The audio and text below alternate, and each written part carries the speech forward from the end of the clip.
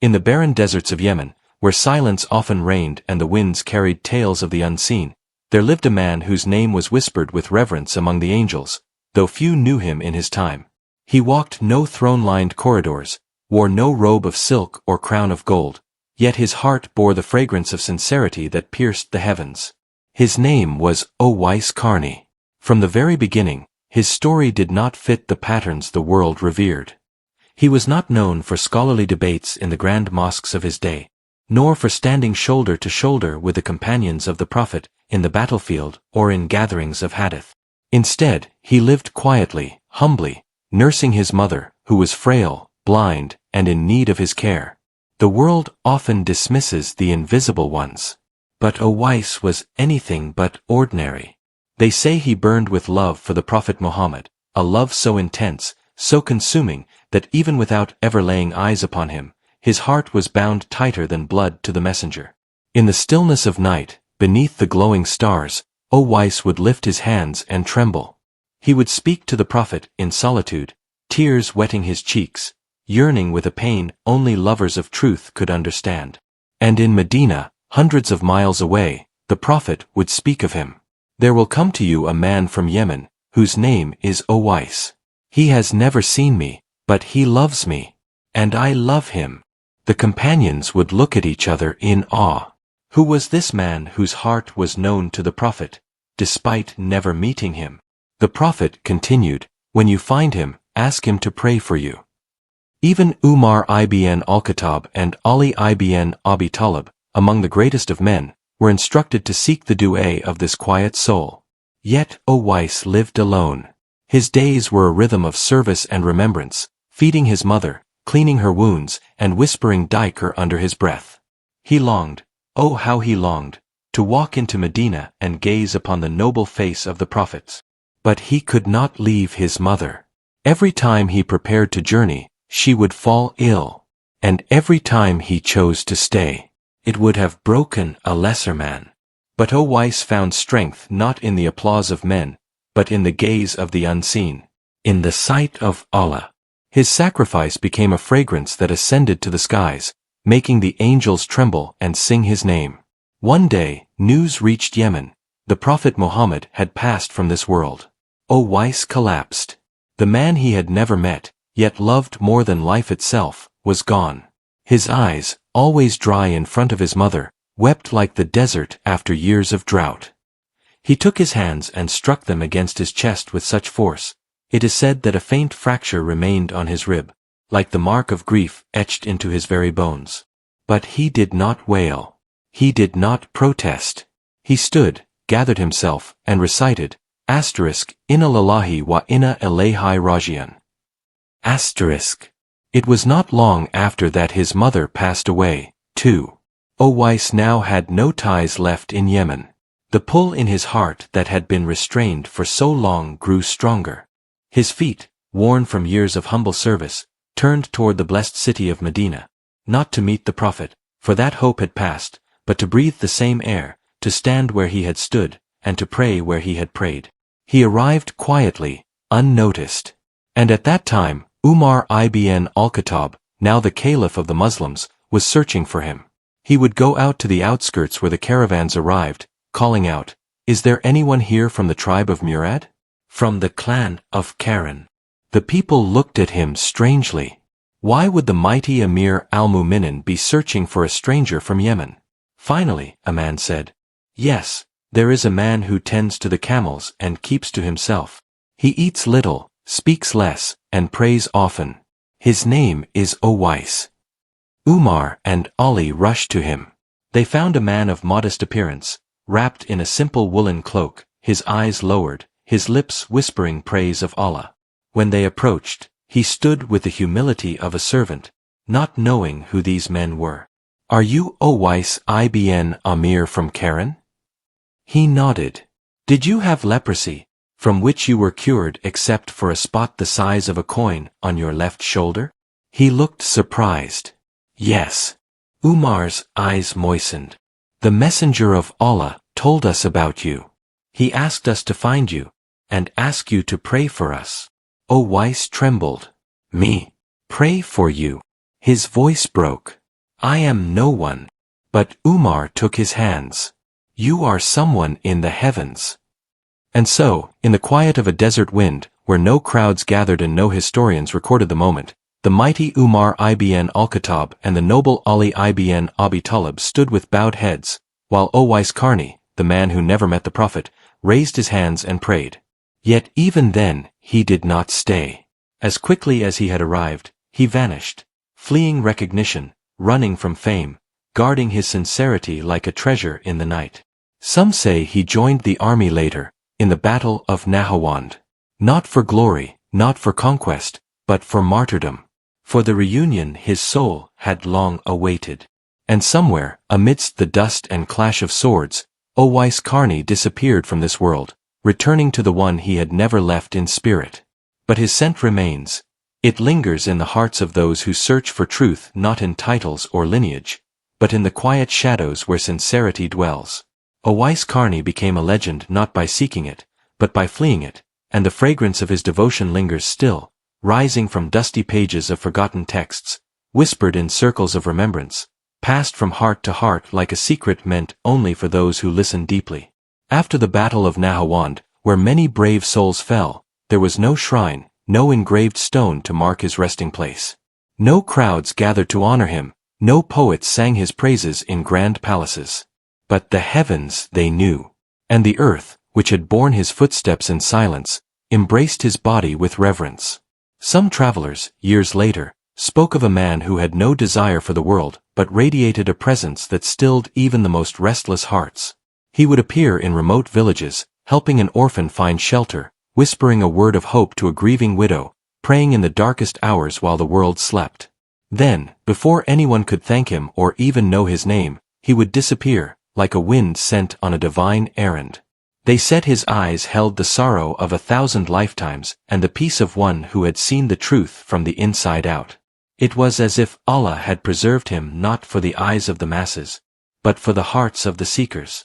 Even the scholars of later generations, when gathering narrations and histories, could find only fragments of his life, each fragment glowing like a coal of devotion.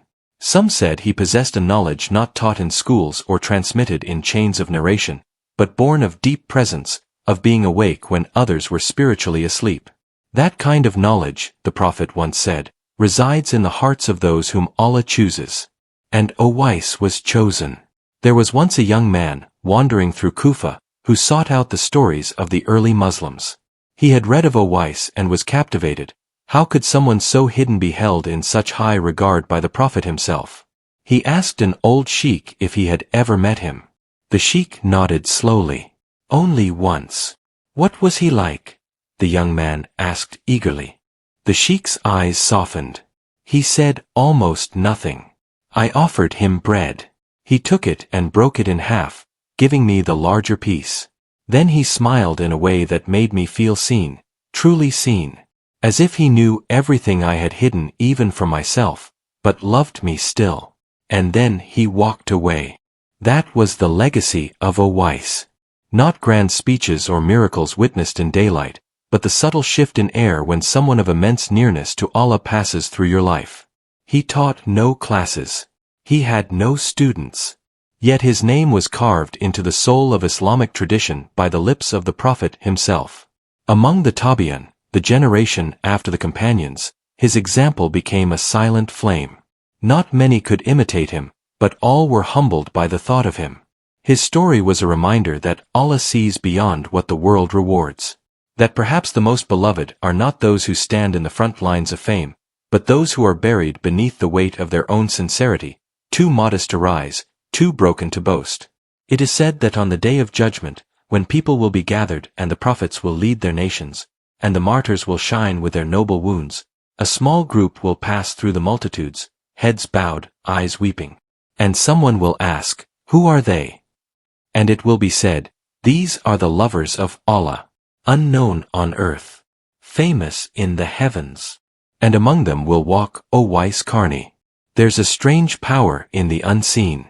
In our time, when everything is broadcast, documented, shared for the approval of others, Owais reminds us of a forgotten path, a path of doing for Allah alone. He had no audience but God. No reward but nearness. No companion but longing. And yet, centuries later, his name still moves hearts.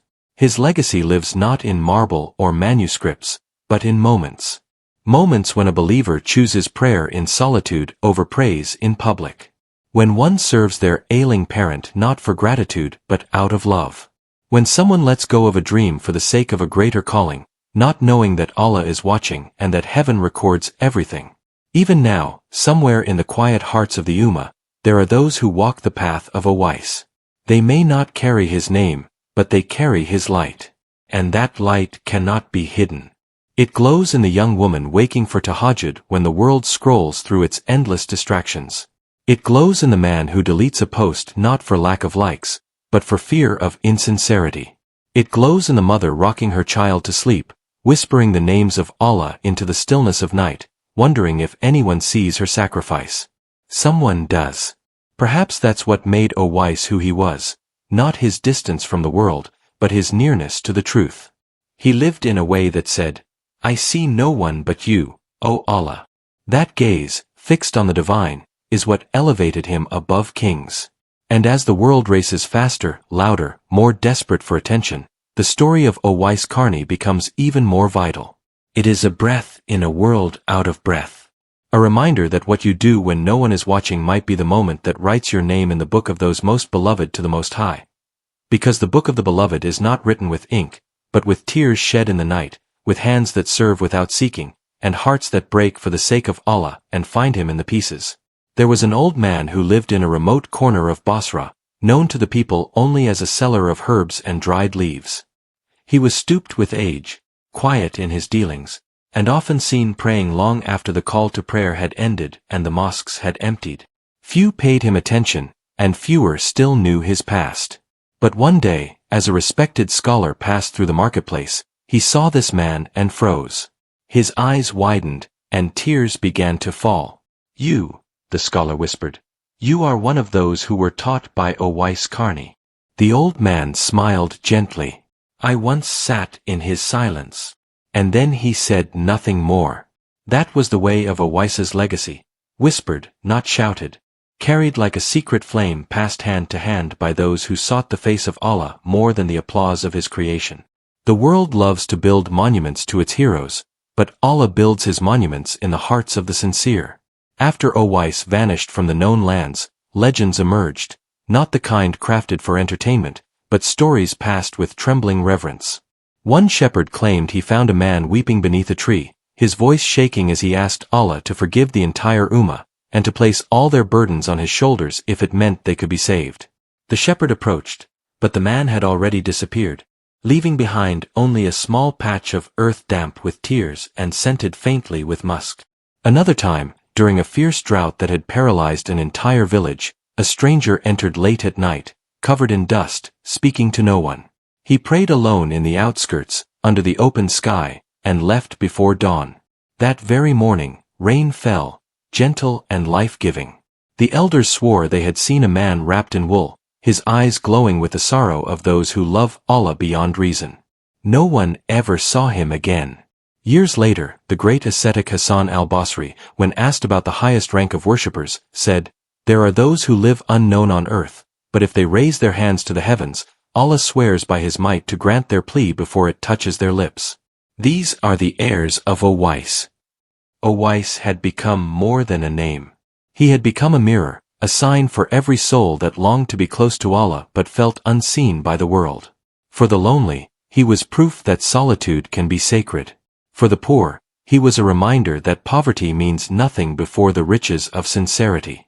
And for the broken-hearted, he was a balm, because he too had lived with longing that was never satisfied in this world. The more his story spread, the more it transformed. Not into grand myths of miracles and spectacle, but into something subtler, an invitation. A whisper to the soul that perhaps the road to nearness is not paved with greatness as the world defines it, but with truthfulness so deep that only Allah knows it.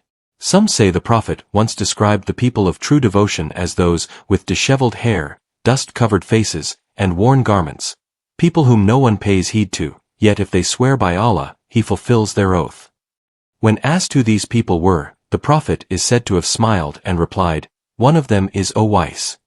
And so, even today, when the hearts of the sincere tremble in prayer, when they give without being seen, when they forgive without being asked, and when they love the Prophet with a love that consumes their hearts, they walk the unseen path that Owais walked. Not for the world, but for the one who watches from beyond the veil. Even in our time, among the noise of endless voices and the clamor of self-display, there are hearts that beat quietly for the divine.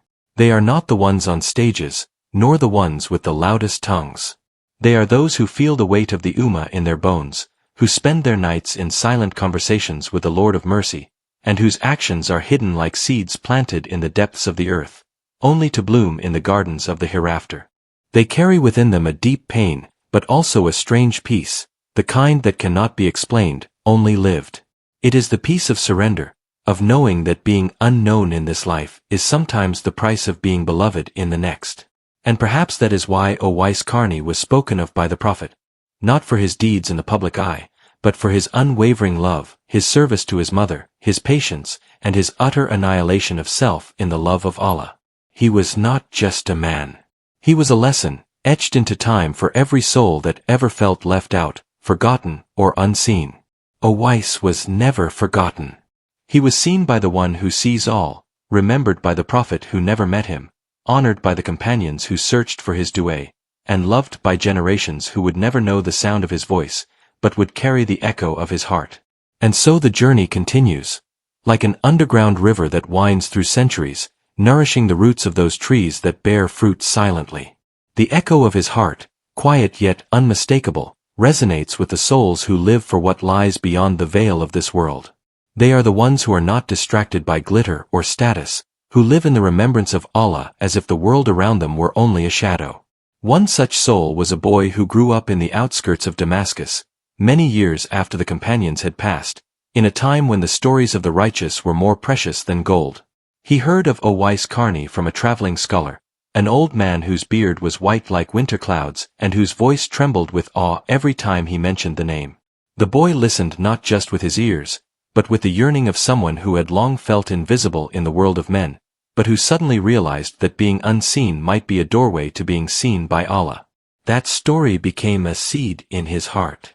He began to serve his own blind mother with gentleness and patience, not because anyone told him to, not because he sought praise, but because he had heard of someone who had done the same and had been praised by the Prophet himself. In the dead of night, when the city lay under a blanket of sleep, the boy would whisper words into the silence, not seeking eloquence, just presence. Years passed. The boy became a man, and his mother passed away. He buried her with trembling hands and a heart torn between grief and gratitude. And when the funeral was done, he stood by her grave, alone, and said softly, "O Allah, I never saw your Prophet, but I loved him as Owais did. And I never saw Owais, but I followed his way. If there is any truth in my love, accept it for your sake." Then he turned and walked away. No one knew his name. No one recorded his prayer. But somewhere in the heavens, a page was turned, and a light was kindled in his name. That is how the story of Owais continues, not in libraries, but in lives. There are seekers in every age, in every corner of the earth, who carry a spark of his path.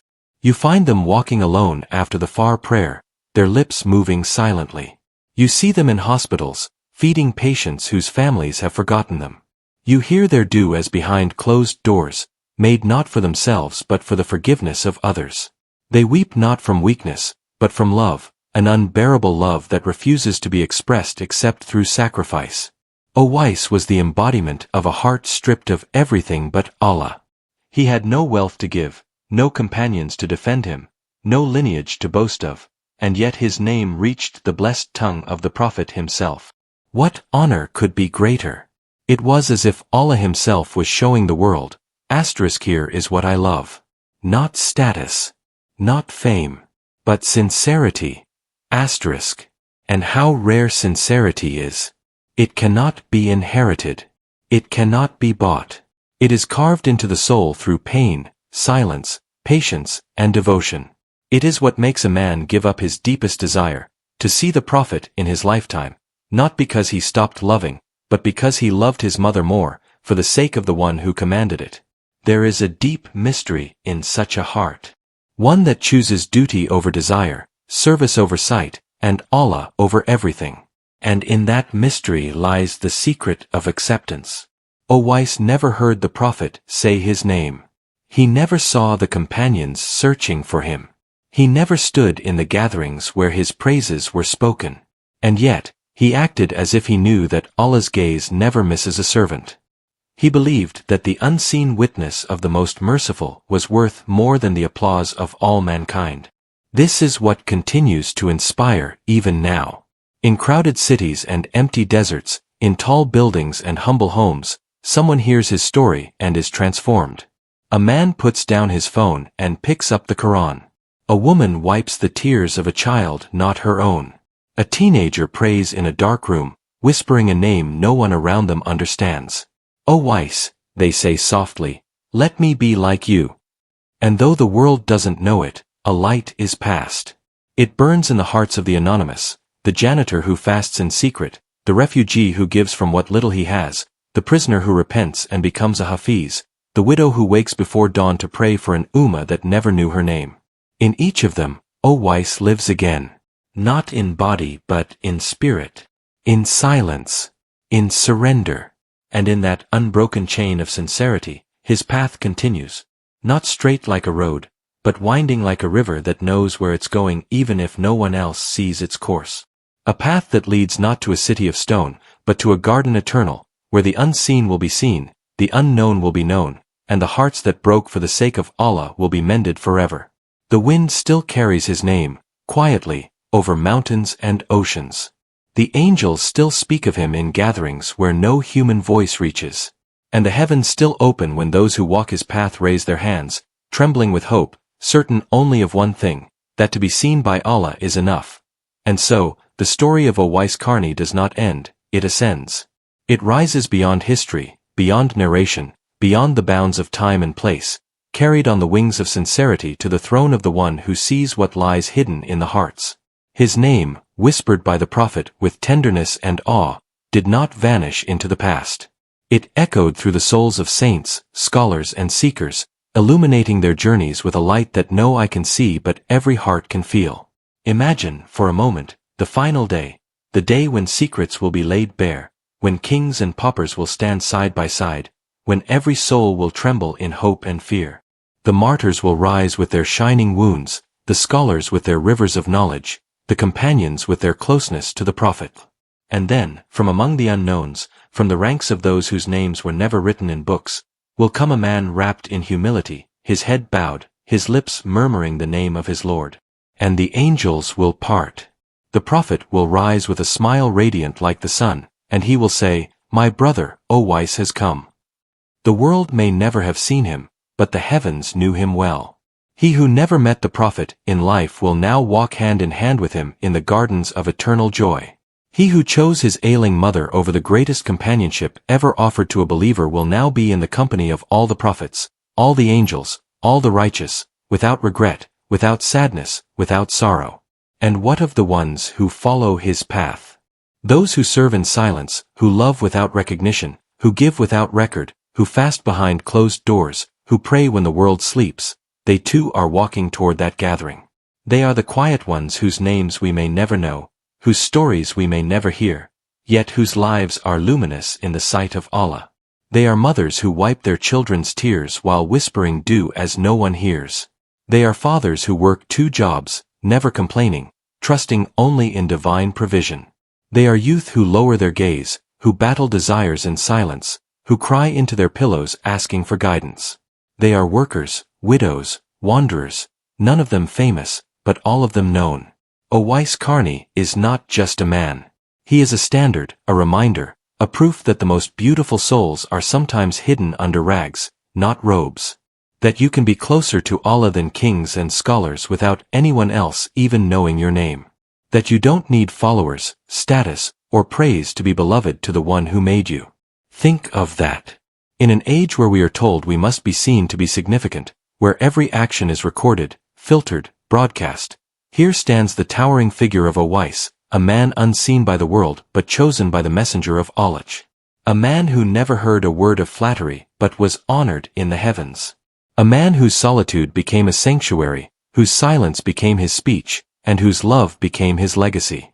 It is as if Allah placed him like a lantern in the unseen, guiding the hearts of those who want to love the Prophet with a love that goes beyond the tongue, who long for him in the darkness of this world, who weep when they hear his name, who ache to meet him even if they never do in this life. Owais carried that longing, and it sanctified him. And now, every believer who has loved deeply, served quietly, sacrificed completely, they are his companions in spirit. They walk with him on that hidden path, not toward applause, but toward acceptance. Toward the gaze of a Lord who sees the tear that falls in prayer, the coin given in secret, the breath whispered in dhikr. Perhaps the most magnificent truth in this story is not what Owais did, but what he represents, that the road to Allah is not lit by fame, but by faith. That proximity to the Prophet is not always physical, it is spiritual.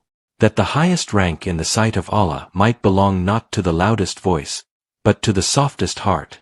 When the people of paradise are welcomed into the gardens of bliss, and the thrones are raised, and the light shines like never before, there will be those who emerge quietly from the back. They will not boast. They will not speak. But the angels will know them. And the believers will ask, "Who are they?" And it will be said, "These are the lovers of Allah, the inheritors of Owais." They were never seen, but they were always known. So remember this, you who feel invisible, you who pray in brokenness, you who serve without thanks, you who cry without being heard, you who have chosen sincerity over show. You are walking a path that begins in the soil of this world and ends beneath the throne of the Most Merciful. The path of Owais Qarni. And that path, though silent, echoes forever.